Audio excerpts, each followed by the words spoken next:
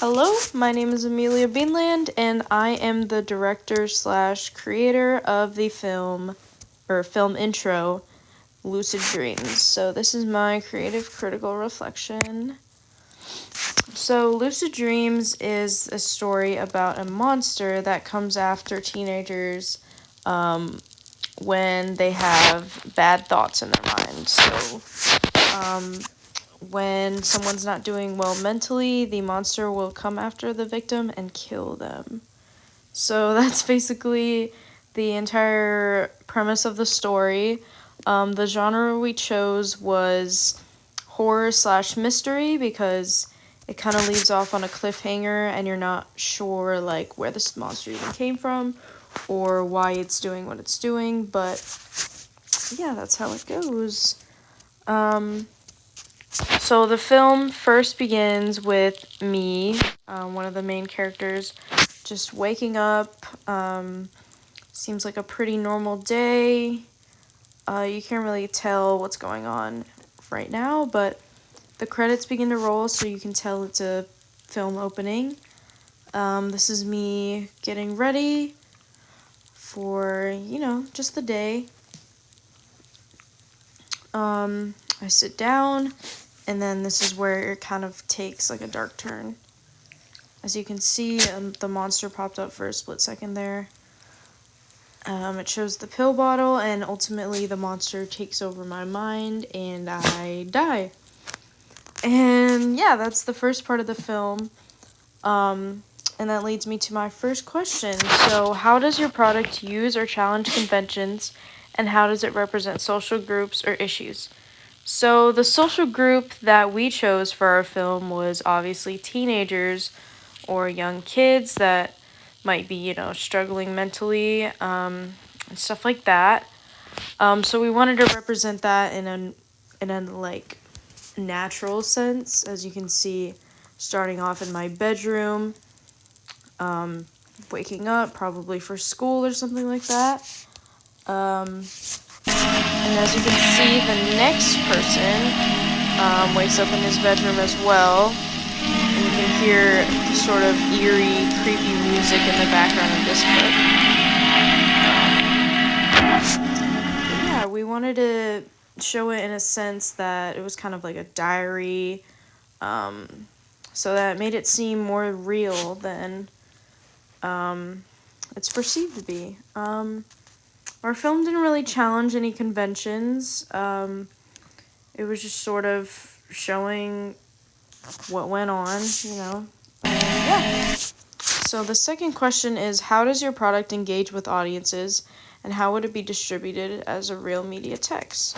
So in order to engage our audience, we began with a sort of countdown, along with the sound of a clock ticking and a date. And we did this in a way to make it look like a news broadcast or kind of like a diary, so that it would create a sense of urgency in the viewer and they'd want to watch more of it and be like, yo, what went on March 12th? Kind of like that. So we added more text in between each victim,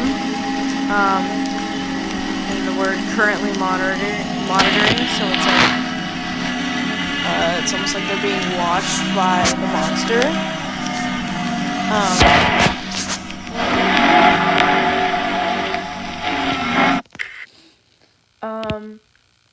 So how would it be distributed as real media text? So obviously it would begin with with like a teaser, which would come before what we have right now. And a teaser's goal is to just kind of hint as to what's going to happen in the film, so that people are, they kind of get like a brief overview of it, but they don't know the entirety of the story. And then the trailer would obviously be what I just created. This would be a longer version of a teaser, just to kind of implement more parts of the story, but not the entire thing. And then obviously it would be set to premiere, maybe like a small event or something in Hollywood, and then be distributed to theaters so people can watch them and eventually get it on DVD. So, yeah. And the third question is, how did your production skills develop throughout this project?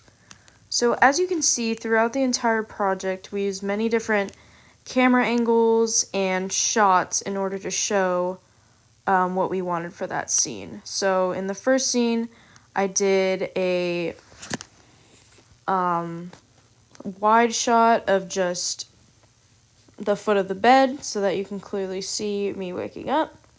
My partner chose the opposite, where he chose a side view of him waking up, and then him leaving his room. He intentionally filmed from behind in order to show the blackness of the hallway, almost like he's stepping into a void. And with the pill bottle, I chose a very close-up scene,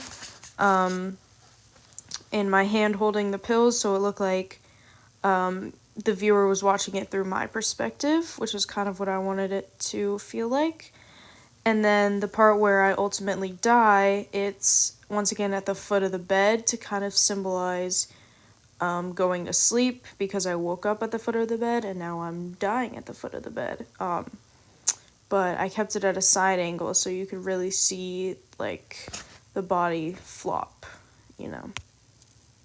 So all of that was able to teach me a bunch of different shots and how to utilize mise-en-scene. As you can see in these photos, we used many different, we used 2 different bedrooms so that it made it look like it was a natural setting, and not like some random place. Like, we actually wanted it to look like it was a teenager's bedroom, and you can kind of guess the overall age range. And yeah. So these are some of the clips put together.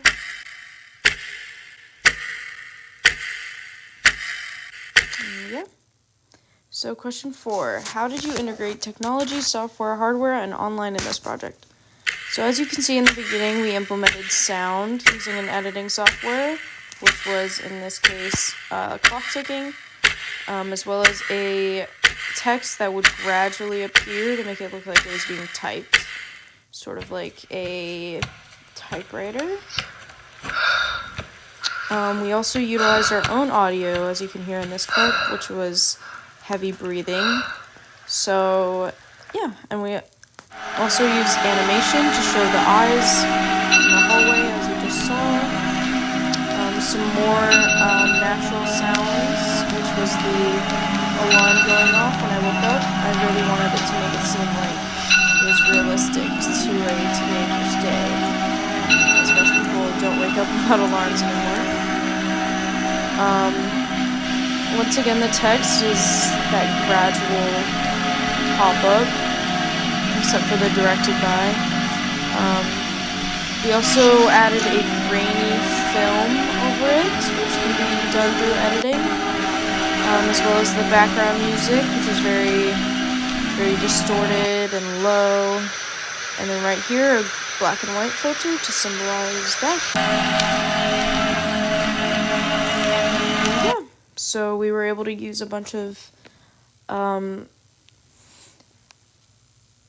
tools in our editing software in order to achieve all of that. And yeah, for the music, we really wanted to implement a very demented, distorted sound in order to represent the monster as well as the storyline itself. So yeah. And we use that and a bunch of natural sounds in order to really create an ambiance with our film. So thank you for listening.